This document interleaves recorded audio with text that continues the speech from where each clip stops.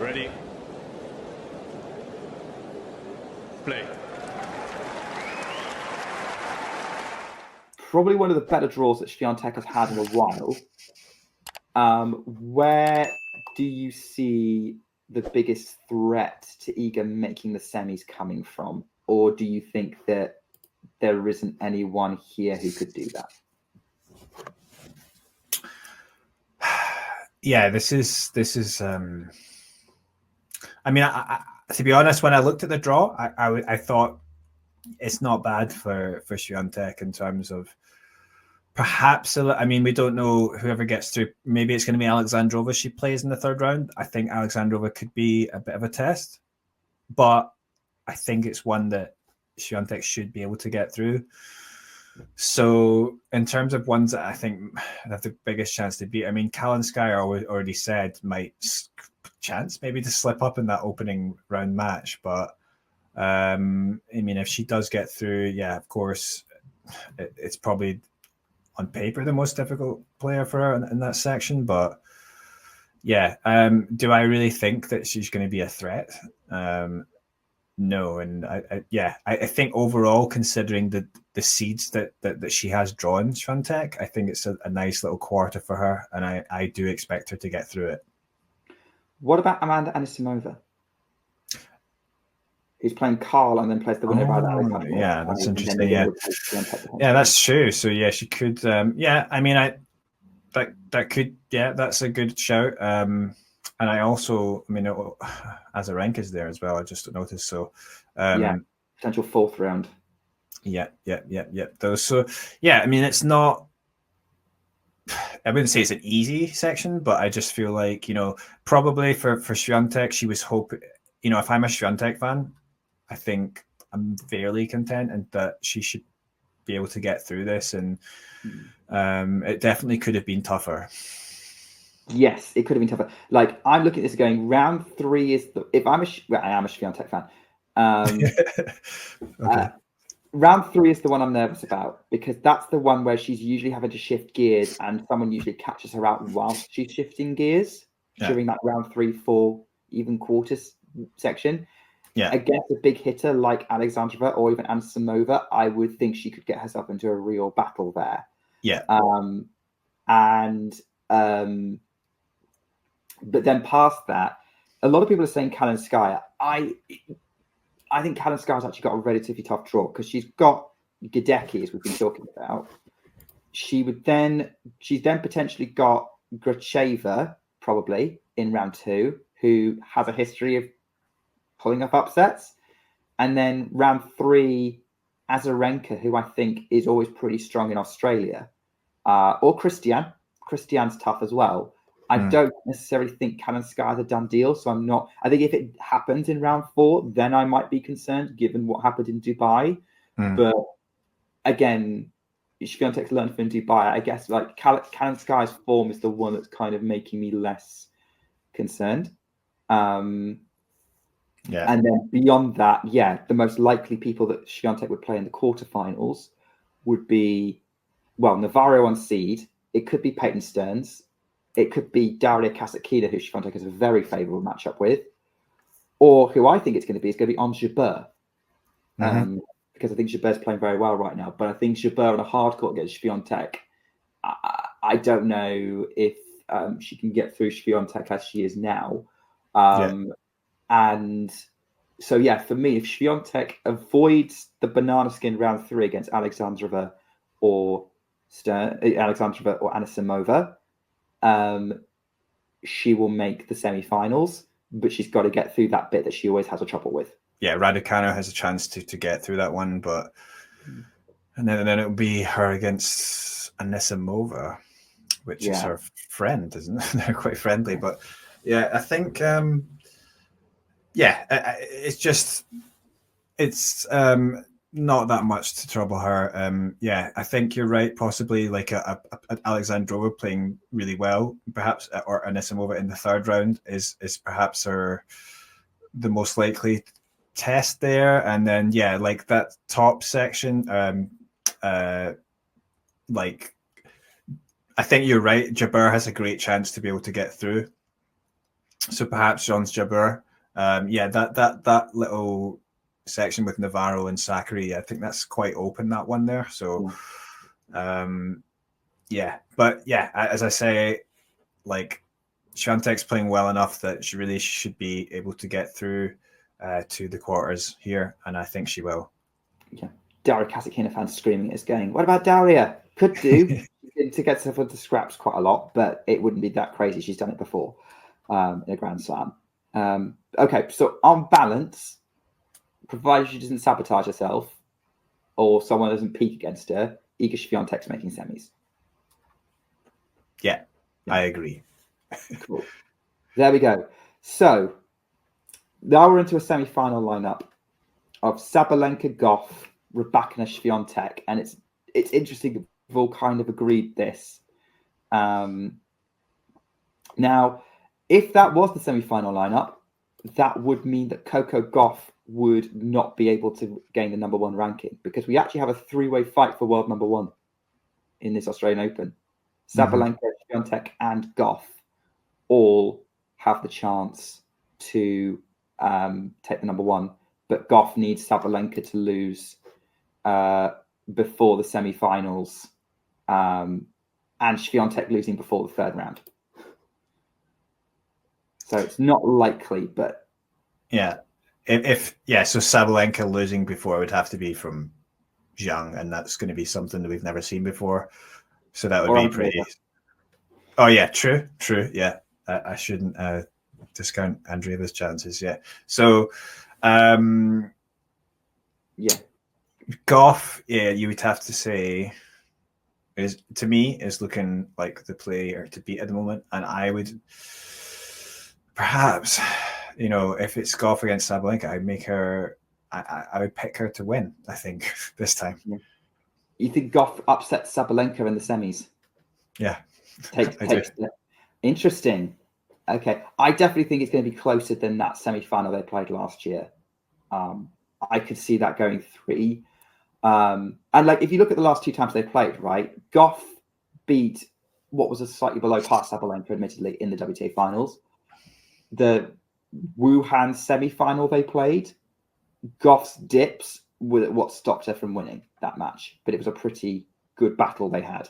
I'm interested to see what kind of match they would have if they both played their best tennis. That's a really tough one to call. I am going to play it a bit safer because I think it's Australia, and I think this she has an affinity with the place that very few others do. I'm going to go with Sabalenka to win that one, but it's close. Rybakina, Swiatek. Now, normally we would say fast hard court, and given what happened in Australia a couple of years ago, Rybakina.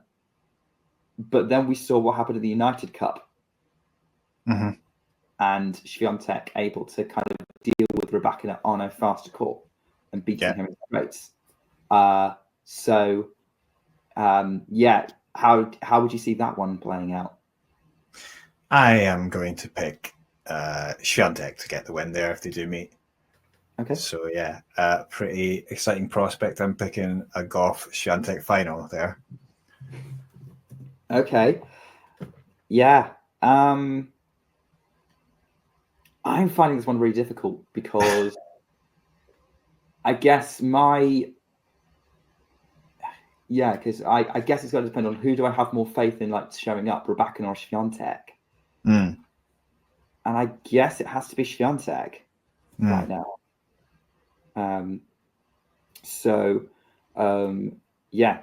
I guess that's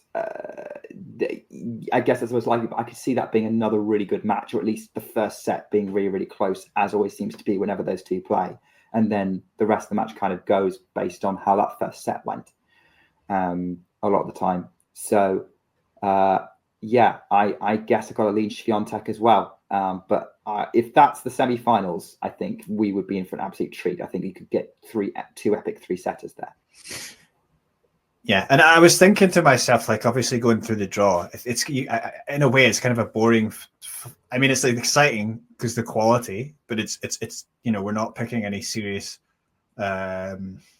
upsets and or any unexpected semi-finals there. Gauff, Sabalenka, Rybakina, Swiatek. But it's just looking at the way the draw is that.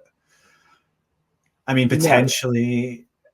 I mean, the other players that might have had a chance to do well, maybe Zhang, but obviously being in Sabalenka's section just makes it unlikely, but it's possible. But I mean, even if Zhang managed to beat Sabalenka somehow, let's say, I think Gauff would take her out, and I still would expect.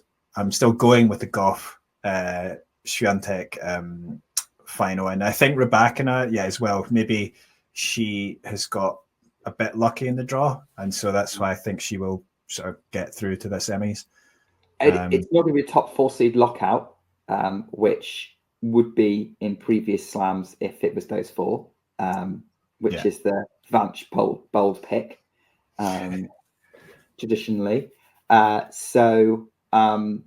would agree with that assessment. That the fact is with this, Sabalenka, Gauff, and Swiatek are the clear top 3 in the world right now, and they're really good form, and that form's carried over through the first week of the year. Rybakina is the one we've got the biggest question marks about, but as you say, her draw, it's kind of on her if she doesn't make it. I mean, or an amazing performance from Paolini, like what happened at Roland Garros last year. Mm-hmm. That would be the other scenario. Rybakina has got a draw that she can do things with.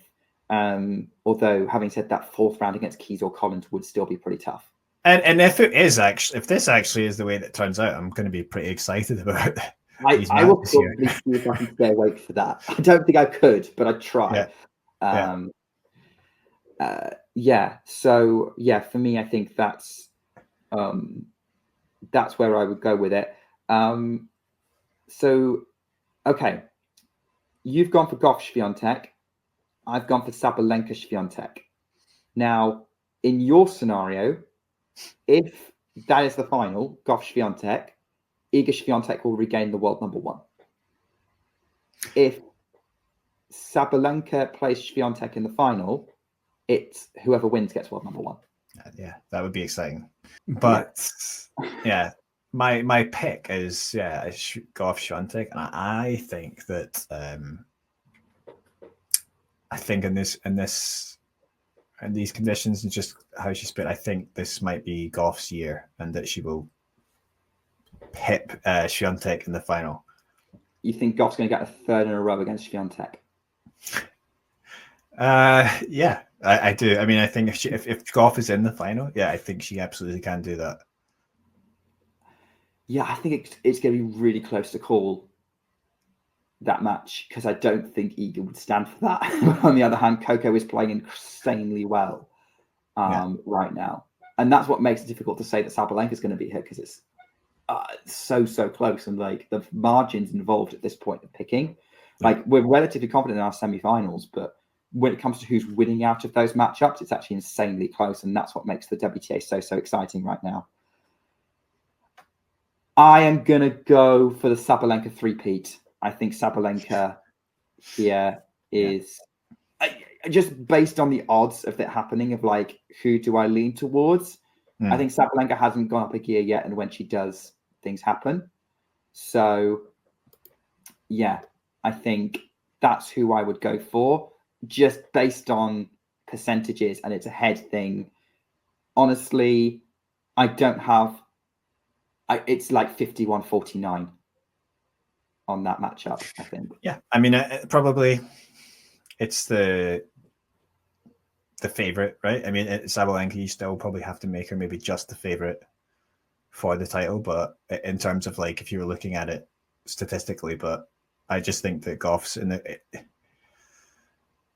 she's hit this peak form at the right time, and I think this is now the time that she's going to do it, and she's going to step up and take the title this time. Quickly, before we get to the women's, I know that John put up, if you haven't done so already, join the Talkin' Tennis Fantasy League on the tennis app there, the TNNS app. Make sure you join that. It's a lot of fun. I already put my brackets in for the men's single as well as the women's single final there as well. So make sure you guys are joining that if you're not. So it's a lot of fun to play on, and download the tennis app. A lot of information you get there, a lot of stats, everything. It's a fun app to be a part of. So make sure you check that out. So as we go through the women's final, I'll start with Biola here on this one. We'll work our way around through Nick, Fergus, as well as Ashley and Carson.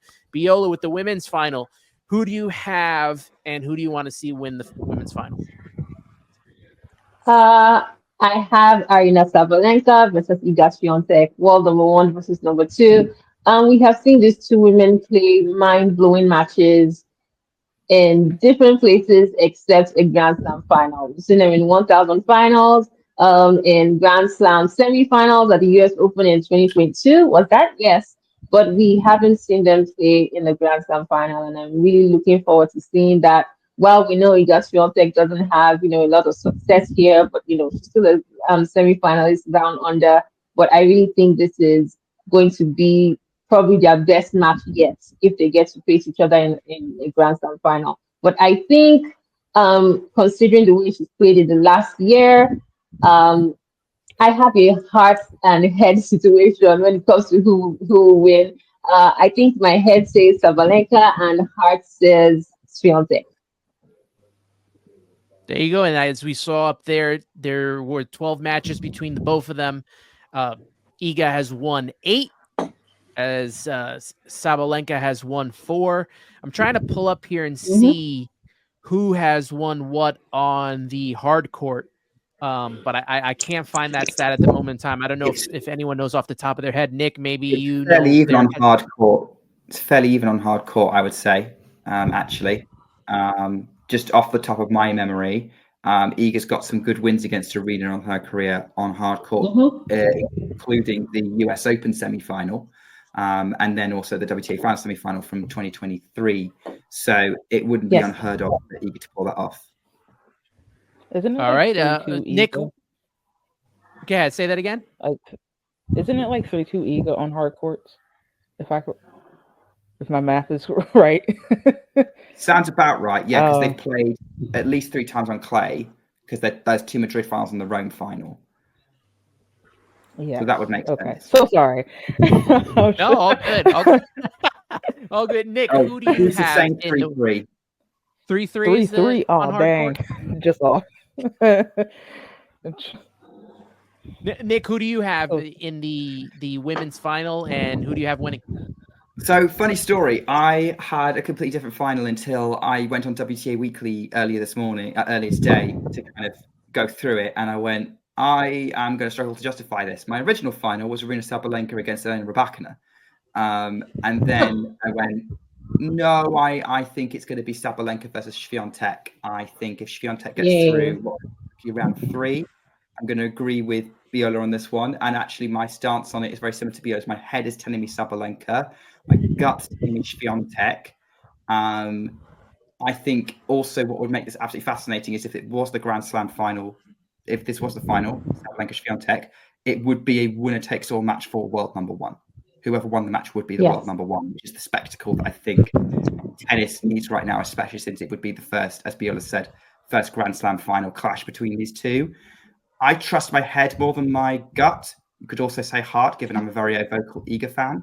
But I would say that, for me, I'm going to trust my head more because my gut's got me into all kinds of interesting situations that we don't need to go through right now. So, Sabalenka, I'm going to go safe. All right, Fergus, who do you got in the women's final and who you have winning? Well, needed a change from both Sabalenka and Swiatek in the final. So I have 2 different players in the final. My final is Gauff versus Rybakina, with Gauff winning. I think Gauff she's already beaten Iga already this year, and obviously Sabalenka's imperious on a hard court, but I think that there might just be a shift this year, and I think Gauff has been threatening to win another slam the whole of last year after she won her own slam at the US Open in 2023. And Rybakina obviously loves the conditions in Australia. And I don't think she's the kind of person to be fazed by much. I mean, this whole talk about her coach, obviously is big stuff, but I mean, it really looks like nothing really, when she has mindset on something, it really doesn't face her. I mean, when she won Wimbledon, it's like she just won a 250 match and she was walking to shake hands. It was like, this is so weird. She's not even cracked a smile.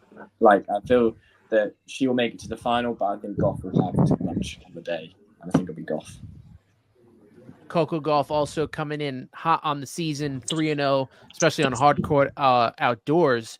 So that would be a big win for her, and I think that would be nice to see her in a final there. She's already won the U.S. Open. She's been in the French Open final as well, semifinals last year of the Australian Open. Yemi DeFam saying Gauff will be in the finals. She has been on fire lately. Ashley, who do you got in the finals? The OGs of this channel will know that I am a Gauff truther. I have been behind Gauff since she burst onto the scene in 2019. However, I would be remiss if I didn't say I would like to see Sabalenka and Iga Swiatek in a Grand Slam final.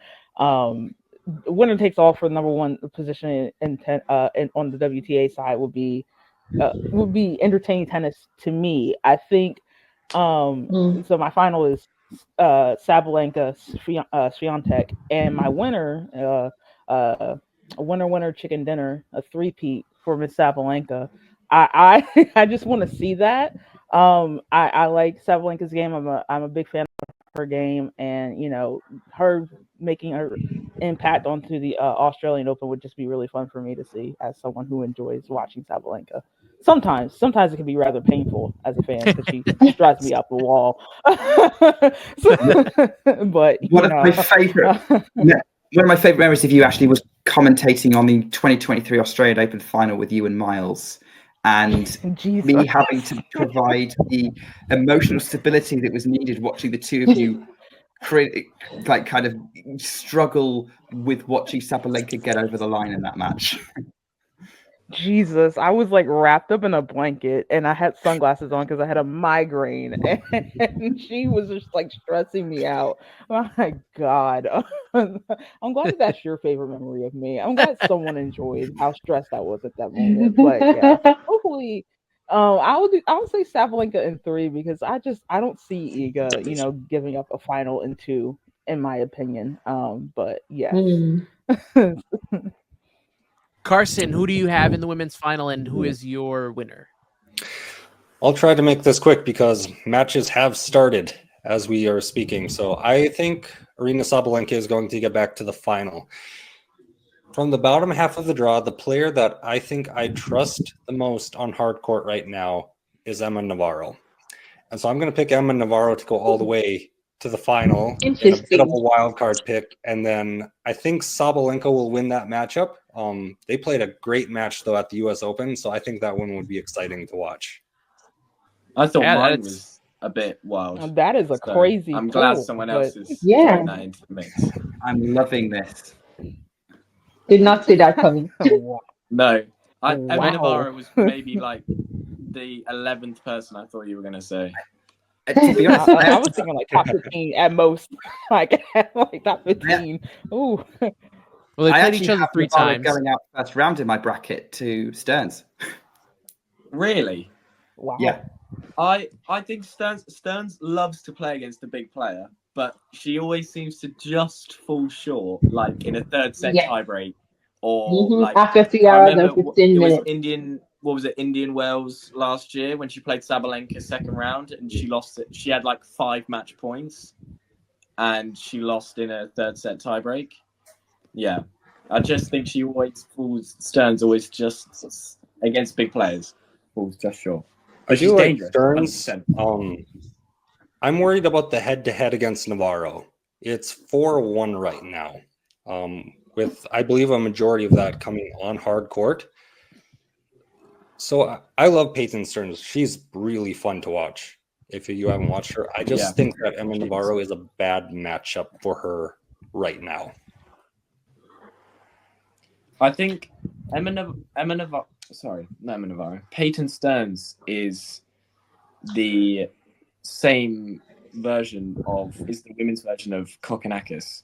Has this massive game, but never seems to make huge strides in rankings. Has all the right ingredients to be a top 50, top 40 player, but can never seem to put it in one role and make moves up the rankings. It's strange. Well, she has time compared to Kokinakis. I think she's a little younger. So yeah, I think there is definitely some hope for her. She likes to play these long, excruciating, brawling matches and then fall short at the end. But I think she can probably grow into her game and start winning some bigger matches. As you see the matchup right there, the 5 matches between Peyton Stearns and Emma Navarro. Navarro has the lead 4-1 there. ATX Super Dave in the chat saying, I was high on Navarro until I noticed that she doesn't use her left hand to rotate her shoulder on her forehand. Not loving that technique, but she may prove me wrong. So there you have that. I guess I don't really care who she faces. I just think that Sabalenka is going to get a three-peat here. She's coming in strong. She's the number 1 player for a reason. And I think even Iga, even if Iga makes it, obviously it'll be great for her considering all the things that have been gone down in the background. I think that Sabalenka is just going to be too much for Iga, especially on the hard court. So I have Sabalenka winning it all. So I have a question on the back of that then. Is Coco Gauff Aryna Sabalenka's biggest threat for this Australian Open three-peat? I think so. I think Coco will always be that thorn on the side of Sabalenka, whether it's in a final or in a quarter or semi. I think that Coco Gauff is always going to be that one that pushes Sabalenka to the end of her limits there. I know a lot of people like the Sabalenka Iga Swiatek because they're 1 and 2, but I think that rivalry that's coming between Gauff and Sabalenka I like a whole lot better. I think Swiatek hasn't been playing. Obviously, she's only played one tournament, the United Cup this year, but I think she definitely wasn't playing her best tennis. I mean, Katie Bolter pushed her all the way. That was a great match to watch. And then obviously she lost to Gauff. So that was sort of like a changing of the guard almost, that Gauff sort of just slips into that number 2 spot as Sabalenka's biggest competitor on the main circuit. If you enjoyed this video, make sure you hit that like button. Don't forget to subscribe and click that notification bell so you don't miss out on all things tennis.